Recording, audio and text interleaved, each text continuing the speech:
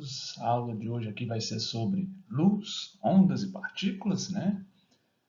Aqui quem está falando é o MacGyver, então a proposta é essa. A gente falar aqui sobre luz, algumas características, né, dela, né, de ondas e partículas. Então espero que seja interessante, vocês gostem, e é isso daí.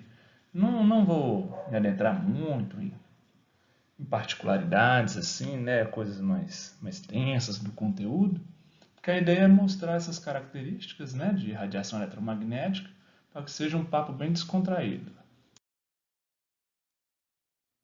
Bem, então o que é a luz? Aqui a gente tem duas imagens, né? Tem o Sol, tem aqui que muita gente gosta de brincar, né? Nem sei hoje se a juventude sabe disso, né? Mas foi a capa do Pink Floyd, né? Um prisma. Então a gente tem a radiação eletromagnética aqui emitida pelo Sol, né? Toda essa luz, uma luz branca, né? A gente tem variações de tons, mas considera-se a luz branca, né? Que tem vários tipos de radiações, né? Contidas nela. E a gente vê que quando coloca aqui um prisma, né? Ou seja, um anteparo na frente, essa luz branca ela se divide, como você pode observar, em várias cores. O vermelho, o amarelo, o verde, o azul, chegando aqui, né, como se fosse, vamos considerar aqui um violeta. Então são essas particularidades, né, que a gente tem que tentar entender, né, o que é a luz.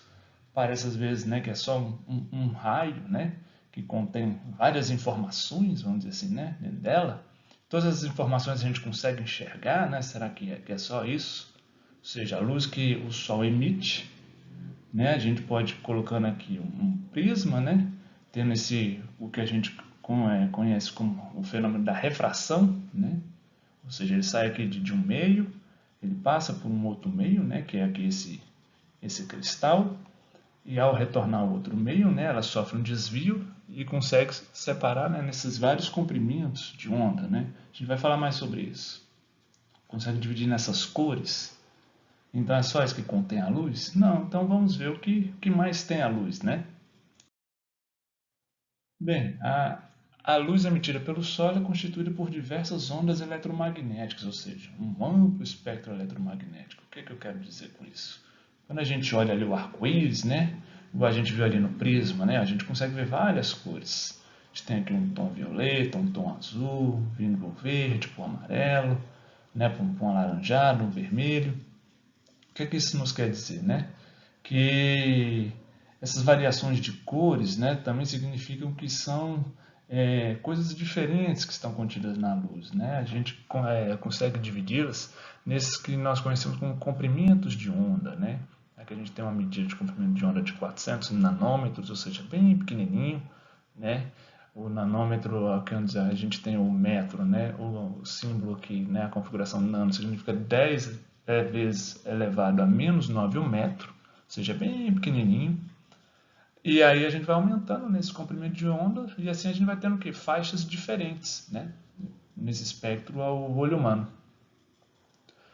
Quando a gente pega ali o Sol, por exemplo, ele consegue emitir vários comprimentos de ondas. Então a gente tem aqui esses comprimentos de ondas, né, dos raios cósmicos, raios gama, raios X, ultravioleta. A gente ouviu falar muito, né, em ultravioleta, né? A gente tem que se proteger no Sol quando a gente passa o protetor solar, né?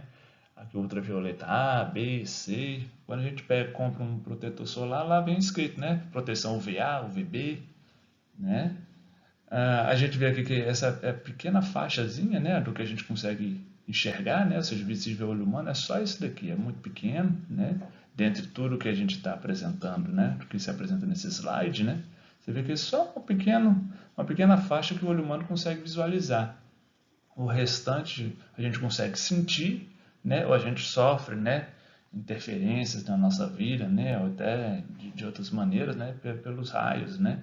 Ou seja, a gente tem aqui o infravermelho, tem as ondas de radar, que é o micro-ondas, o HF, VHF, né?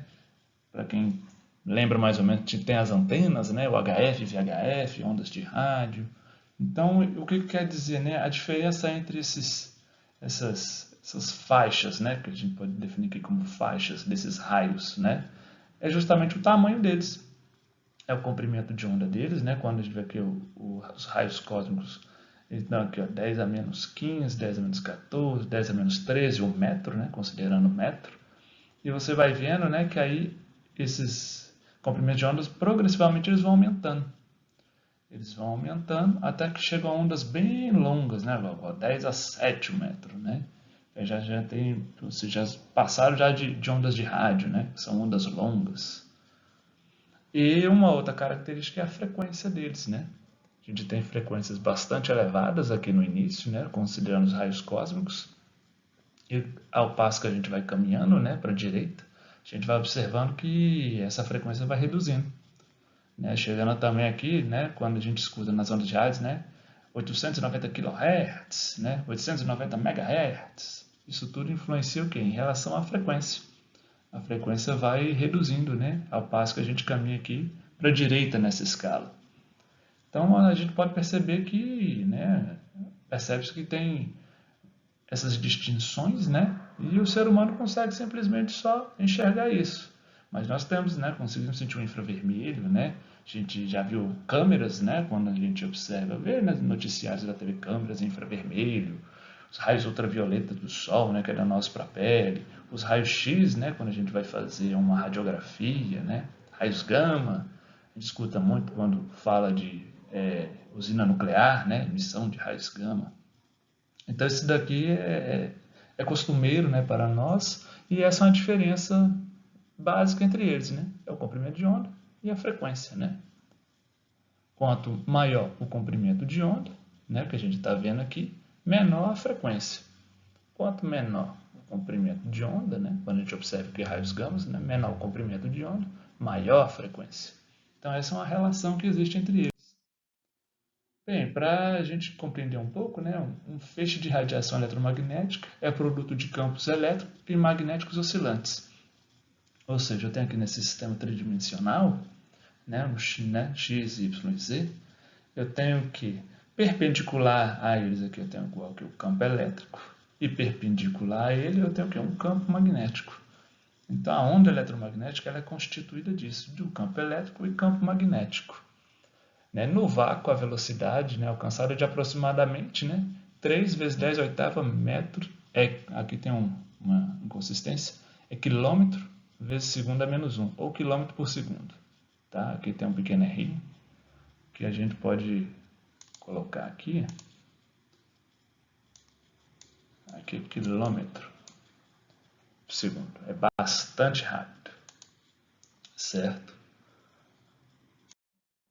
E aí, continuando a aula, não vamos adentrar ali, né? No foi mostrado no slide anterior, aquela questão, né, do campo elétrico, do campo magnético oscilante, é só para saber do que a onda eletromagnética ela é constituída, é da confluência, né, desses dois campos. Né? Vamos nos ater, né, àquela pergunta inicial, né, aquele questionamento inicial, né, que foi mostrado, né, luz, onda e partícula, né? Senão fica muito extenso a aula, né, e às vezes, por vezes, pode ficar até chato. Então, como avaliar o comprimento, né, de uma onda eletromagnética, né? Como é que eu vou saber? Qual é o comprimento da onda eletromagnética? Bem, o comprimento da onda eletromagnética, a gente tem aqui esse desenho, né? Aqui tem mostrando aqui o deslocamento dela, né? Para cima aqui é a amplitude, né? E a gente tem o comprimento aqui, né? Com relação ao, vamos dizer, aqui é o eixo X, nessa distância que ela está percorrendo, né? Tá, até aqui está escrito, né? O comprimento de onda. Esse aqui é o símbolo lambda, né? Uma letra grega. E aqui no Y a gente tem a amplitude da onda, né? Porque ela é oscilante, né? A gente está vendo, ela oscila, e ela oscila proporcionalmente, né? Na amplitude aqui para cima, e daqui para baixo você vê que está no mesmo tamanho. Então a gente pode definir aqui o comprimento de onda, né?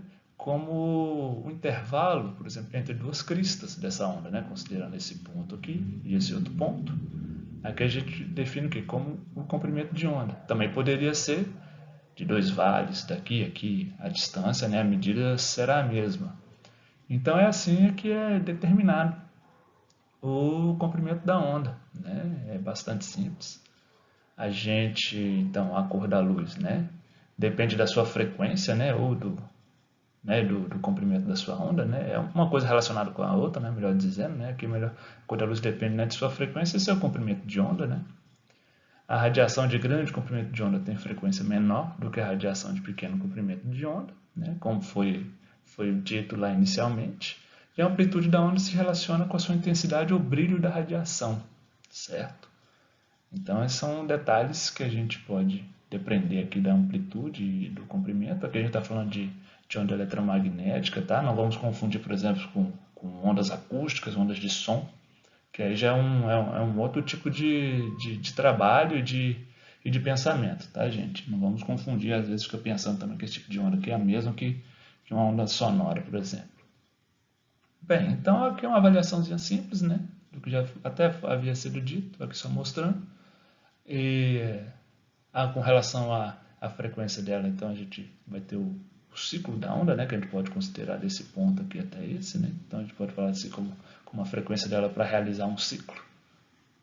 E esse aí vai ser mostrado agora aqui adiante, nesse slide, né? Aqui a gente vai ter essa relação, né? A equação que define a relação entre a velocidade da luz, o comprimento de onda e a frequência é aqui a seguinte, né? Eu tenho essa letra aqui, eu sei que é a velocidade da luz no vácuo, né? Agora aqui sim está certinho, né?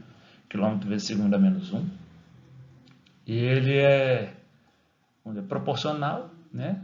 A velocidade que a luz no vácuo é proporcional ao quê? Ao produto do comprimento de onda, né? Com a frequência da onda.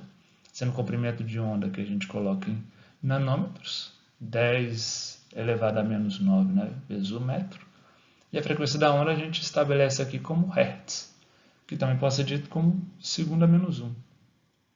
Ou seja, é a frequência dele, né, é o tempo que, né, em um segundo, leva para realizar um ciclo, como tinha dito, né, no desenho anterior. Né, a gente tinha aqui aquela relação da onda. Vai ser o tempo necessário para ela realizar o quê? Um ciclo, certo? Aqui uma coisinha mais simples. Então é o tempo necessário, a frequência que ela realiza esse movimento. Então essa equação ela é bastante didática, né? A gente consegue entender, pelo menos visualizar que ela é bastante simples, né? E aqui como um exemplo, vamos trazer aqui, ó, os semáforos são constituídos de 3 cores, vermelho, amarelo e verde. Qual o comprimento de onda associado a cada cor? Certo? Lembra que eu tinha falado que era a relação, né, da cor com a frequência e com o comprimento dela, né? Então, qual o comprimento de onda associado a cada cor? Suponha que as frequências, né, são respectivamente aqui 4,27 vezes 10 a 14 Hz, 15,15 vezes 10 a 14 Hz e 5,75 vezes 10 a 14 Hz. Então, das cores do semáforo, né? Vamos lá primeiro para o vermelho, tá aqui, a cor vermelha, né, do semáforo. Vou pegar aqui a minha equação. Como que eu estou querendo saber o que? O comprimento de onda associado, né, a cada um. Então, eu vou transformar essa minha equação. Eu vou pegar aqui, como eu tenho uma multiplicação, né, do comprimento de onda pela frequência. Então, como isso aqui é um produto, eu posso fazer o que? Colocar a minha frequência, levá-la ao outro lado, dividindo, certo? Por isso que aqui está feito. Eu tenho o comprimento de onda igual à velocidade da luz dividido o quê? Pela sua frequência.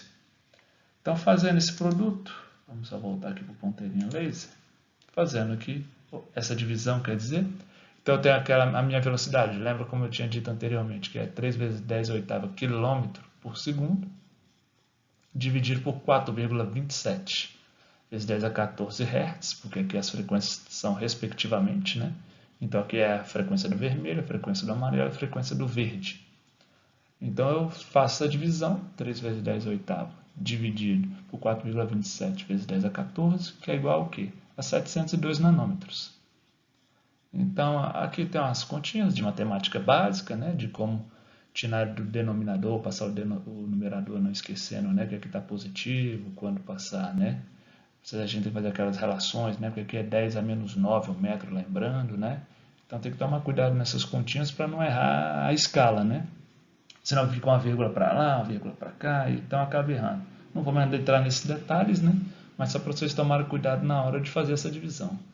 Então a gente chega nesse resultado, 702 nanômetros para o vermelho. Na questão aqui do amarelo, é a mesma coisa, passa dividindo, né, a frequência, fica o comprimento de onda igual à velocidade da luz dividido pela frequência, a gente vai fazer também a mesma divisão. Pega a velocidade da luz, né, que é igual, não tem diferença, é dividido pela frequência, né, agora do amarelo, que é 5,15 vezes 10 a 14, que vai dar esse resultado de 582 nanômetros. E o verde, fazendo a mesma continha, dividindo aqui a velocidade da luz pela frequência dele, lembrando aqui, ó, que é essa, vai dar 521 nanômetros. Então, o que a gente pode perceber disso? A gente tem aqui a frequência, já que estão aqui na mesma situação, tudo é 10 a 14, né? A vírgula está certinha entre eles, ou seja, aqui eu tenho frequências menores, comprimento de onda maior, vermelho, lembra? Aqui eu tenho, vou aumentar a frequência, diminuo o comprimento de onda.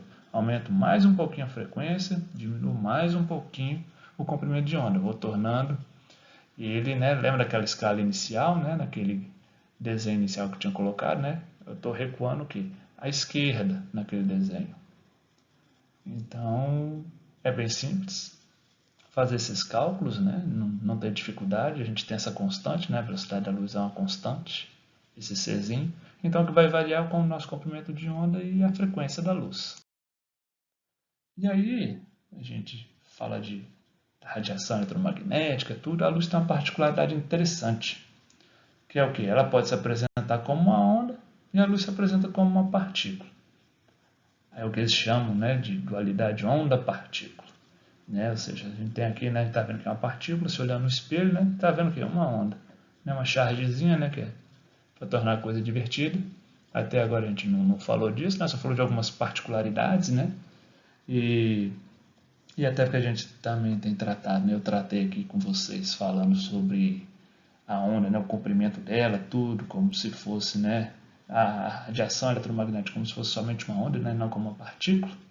Então vamos entender mais o porquê isso, né? Que até agora o que foi tratado foi só isso daqui, né? A gente está falando de comprimento de onda, de amplitude, tá? Mas cadê essa partícula, né? Onde ela entra nessa questão? Então as divergências entre a natureza da luz já existiam lá no século XVII, entre o Isaac Newton, né, e o Christian Huygens. É óbvio que tinham outros cientistas trabalhando, tudo, mas vamos nos ater só a esses dois, né? São figuras muito importantes, principalmente o Newton, né?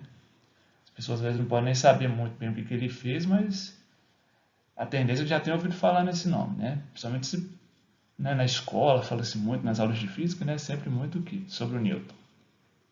Então teve essa divergência entre eles. Newton acreditava, né, ou afirmava na característica, né, da partícula, da luz como uma partícula, e o Huygens tratava ele como uma onda. Teve essa divergência, né? O modelo ondulatório se afirmou após experimentos de Thomas Young e a teoria do eletromagnetismo por James Maxwell. A gente não vai entrar aqui nessas questões do que o Newton achava, o que o Huygens achava, né? A questão não é essa. E nem também do eletromagnetismo do James Maxwell, porque não é algo trivial. Mas o experimento do Thomas Young é uma coisa que dá para a gente entender por que o modelo ondulatório, pelo menos até aquele momento, se firmou. Lembrando que naquela época a gente ainda não tinha, né, a teoria atômica, isso ainda não estava estabelecido, não havia nada disso. Né? Ainda havia muitas especulações, né? A gente estava num outro momento, né, numa outra época da física. O experimento de Thomas Young se baseava na propriedade da difração da luz, ou seja, ele colocou aqui uma fonte monocromática, né, uma luz de um comprimento de onda ali específico, né, não tinham várias cores. Então, com uma fendazinha foi emitida a luz, né, então a luz ela se propaga, né, pelo espaço. Havia um anteparo na frente, né, ou seja, uma coisa que impedisse que a luz continuasse o caminho dela, e duas fendas abertas. Isso proporciona o quê? A luz ela vai continuar se propagando, mas com essas fendas aqui, né, elas não estão juntas, não é uma coisa única, essa divisão proporciona o quê? Uma propagação distinta da luz. Uma parte ela se propagou de uma maneira, outra parte se propagou de outra maneira. E atingiu um ponto 3, um anteparo 3. Quando atinge esse anteparo, é claro que eu não achei uma boa imagem, foi formado momentos de interferência nessa luz, né? Ela poderia ser uma interferência positiva ou uma interferência negativa. Na interferência positiva foram formados pedaços claros nesse anteparo. Na interferência negativa, né, porque a gente costuma chamar de interferência construtiva e não construtiva. A interferência construtiva foram formados pedaços claros, né, claros de luz, vamos considerar na parede, né, vamos dizer assim, e houve pedaços escuros formados. Então eu tinha aqui momentos aqui formando uma coisa bem simples aqui, como se fosse aqui pontos claros, considerando aqui que são as interferências, né, construtivas, e pontos escuros entre eles, como se fosse a interferência, né, assim, uma não construtiva, né, negativa, ou seja, a radiação eletromagnética uma se contrapunha à outra e não formava luminosidade. Então, nesse momento, né, se afirmou mais a propriedade, naquela época, né, da luz como uma radiação de onda, né, não o modelo de partícula proposto por Newton, né? E óbvio que houve muitos outros tipos de experimentos, né? Igual eu falei que teve até a teoria de eletromagnetismo do James Maxwell para confirmar isso, né? Ou para pelo menos naquele momento para essa teoria, né, ser vigente. Mas isso aí foi, né, ao longo do tempo foi mudando, né? Mas como é que esse entendimento passou a mudar? Um experimento que transforma a física, né, e conduz a uma nova teoria sobre diversos fenômenos da natureza, inclusive a luz, é a radiação do corpo negro, certo? O que é um corpo negro, né? Vamos dizer assim primeiro. O corpo negro é algo que é um objeto, né, que ele não emite e nem absorve, né? Ele não tem a propriedade de absorver uma onda eletromagnética, um comprimento de onda específico. Ou seja, ele não vai interferir, certo? A partir de observações qualitativas, né, do fenômeno da incandescência, hoje já está também meio fora de moda, né? Esse tipo de lâmpada está até proibida a fabricação delas, né? Porque isso aqui é um filamento de um metal chamado tungstênio, que quando aquecido, né, quando ele é aquecido, ele parte desse fenômeno da incandescência, que é a emissão de luz pelo aquecimento dele, né?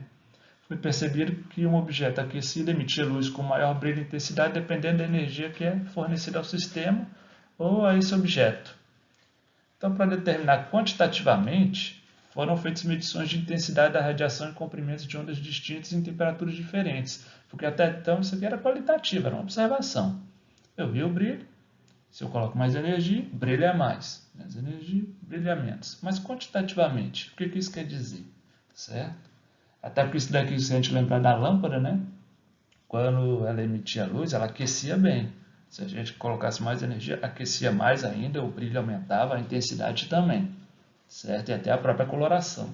Isso aí, às vezes, de um tom, né, laranja para um amarelo, para um quase branco, bem forte.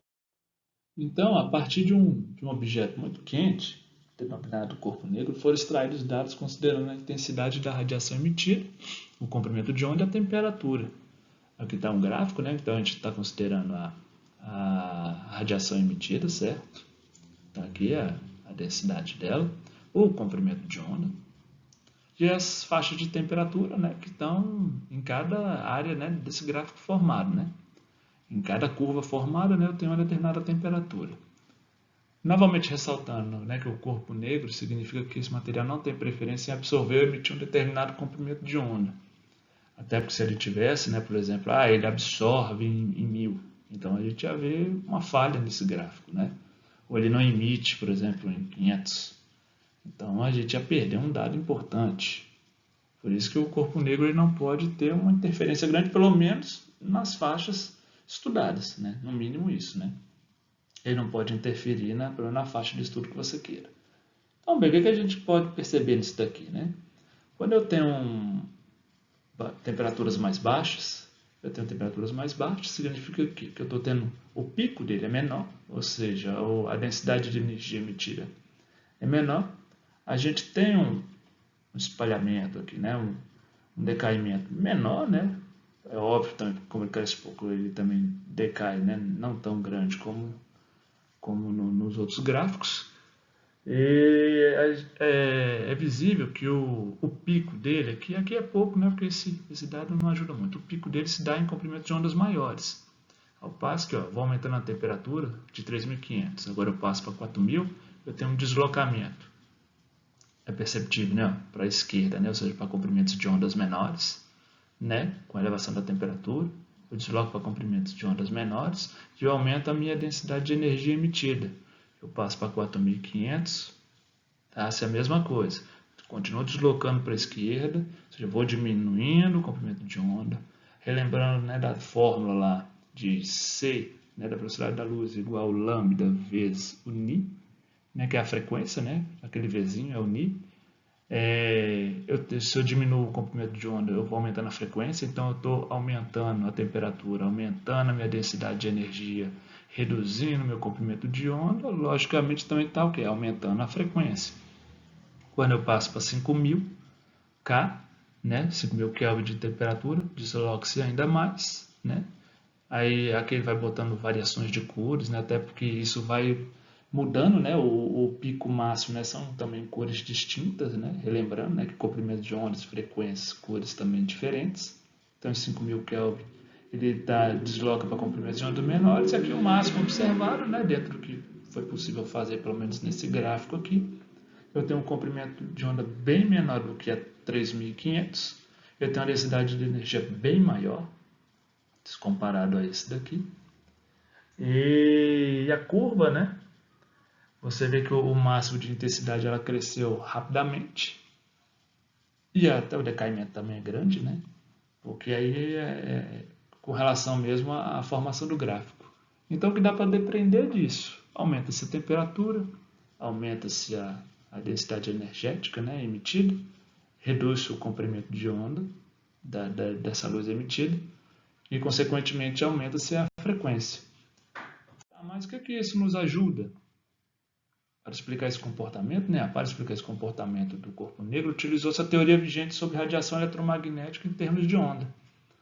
Ou seja, relembrando, o pessoal tinha visualizado o fenômeno da incandescência, era uma coisa qualitativa, quiseram passar para algo quantitativo e aqueles dados foram extraídos. Beleza, extraíram aqueles dados. Então eu vou usar a teoria vigente, que era da radiação eletromagnética em termos de onda. Vou aplicar os dados que eu tenho de acordo com a teoria que eu tenho e vamos ver se a teoria comporta-se como observado experimentalmente, né?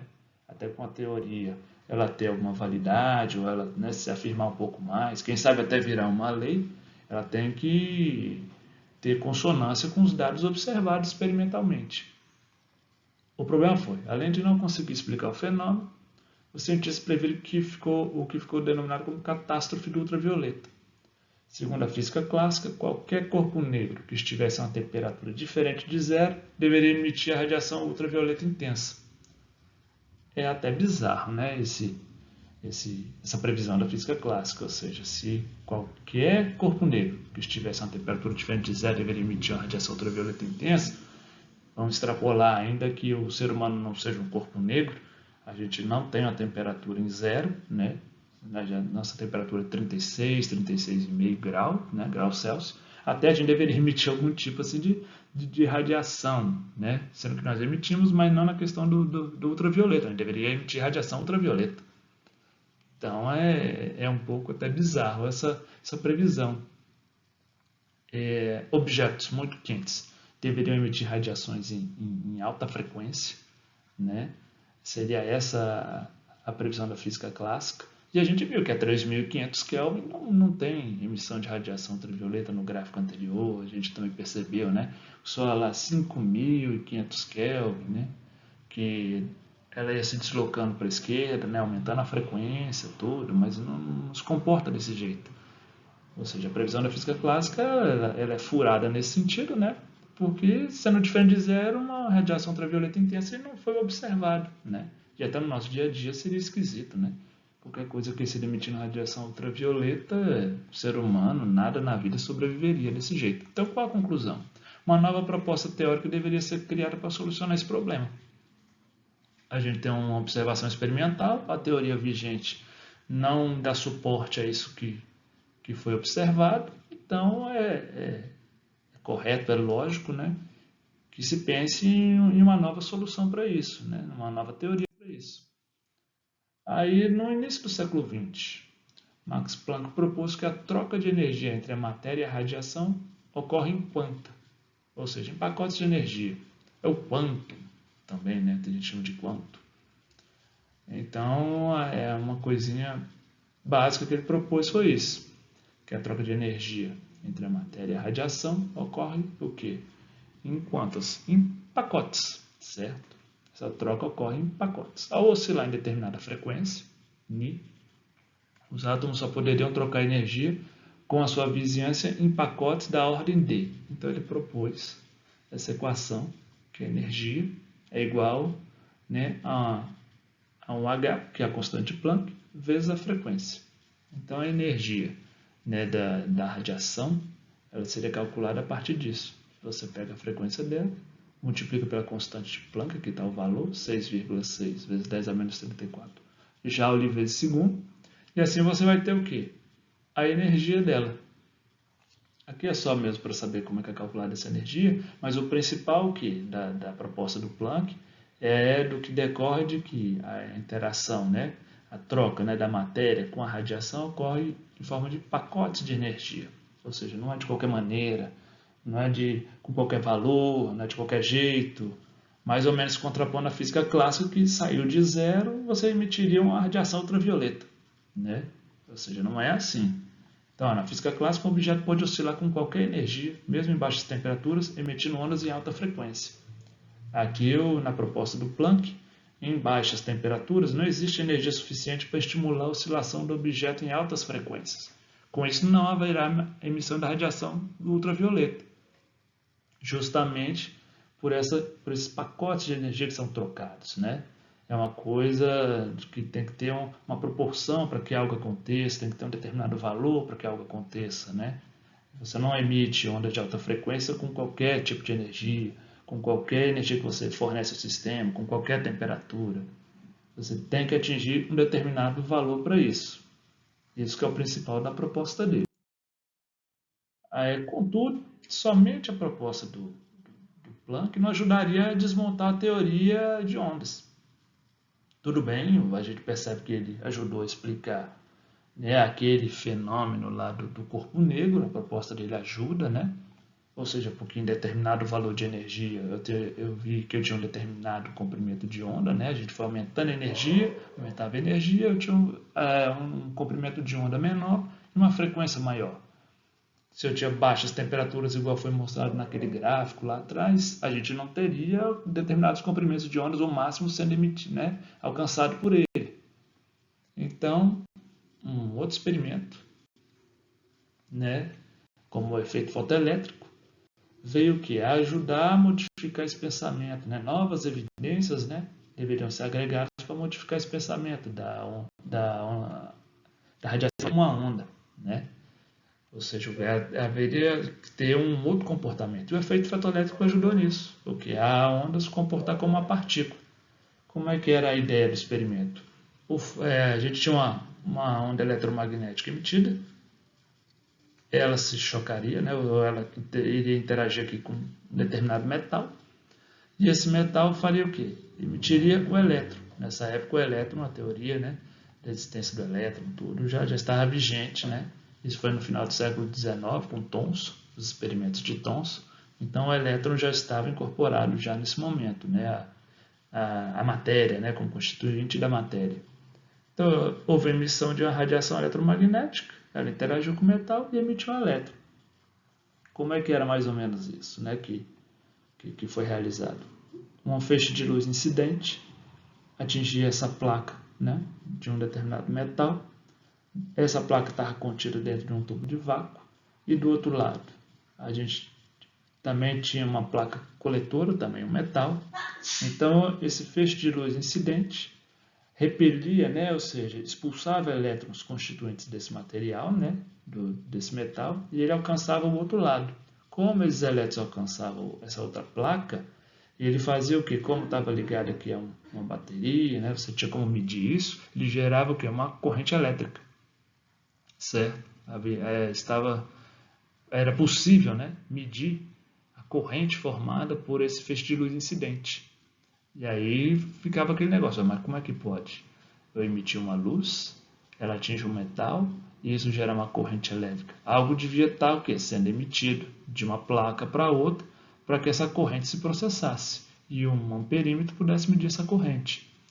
Então foi proposta isso, né, que a luz, né, ela tinha mais que somente ondas. Para você remover uma partícula, deveria o quê? Haver um choque entre partículas para que pudesse ser repelida o elétron. Quem foi que propôs isso? Quem fez esse experimento foi o Einstein. E ele ganhou um Nobel em 1915, até por causa dessa proposta, né, do efeito fotoelétrico. Né? Muitas vezes as pessoas acham que foi pela teoria da relatividade, e nem foi pelo efeito fotoelétrico que ele ganhou, né? o Nobel de Física. Então, o que esse experimento nos diz? Para que um elétron seja ejetado, a radiação incidente deve ter uma frequência acima de um determinado valor, de acordo com o metal utilizado. A ejeção dos elétrons ocorre de forma imediata, independente da intensidade da radiação. E a energia cinética dos elétrons ejetados aumenta linearmente com a frequência da radiação incidente. Né? Então, nesse primeiro postuladozinho aqui, né, do experimento, a radiação, lembra que o Planck tinha falado, né, de pacotes de energia, e que deveria, né, a interação da matéria com esses pacotes de energia, deveria ter um constituinte mínimo dessa energia para que você alcançasse, né, um determinado valor, né, para que você pudesse ter essa interação, ela ocorresse. Então foi o que aconteceu. O elétron era ejetado de acordo com que a radiação incidente tivesse uma frequência acima de um determinado valor.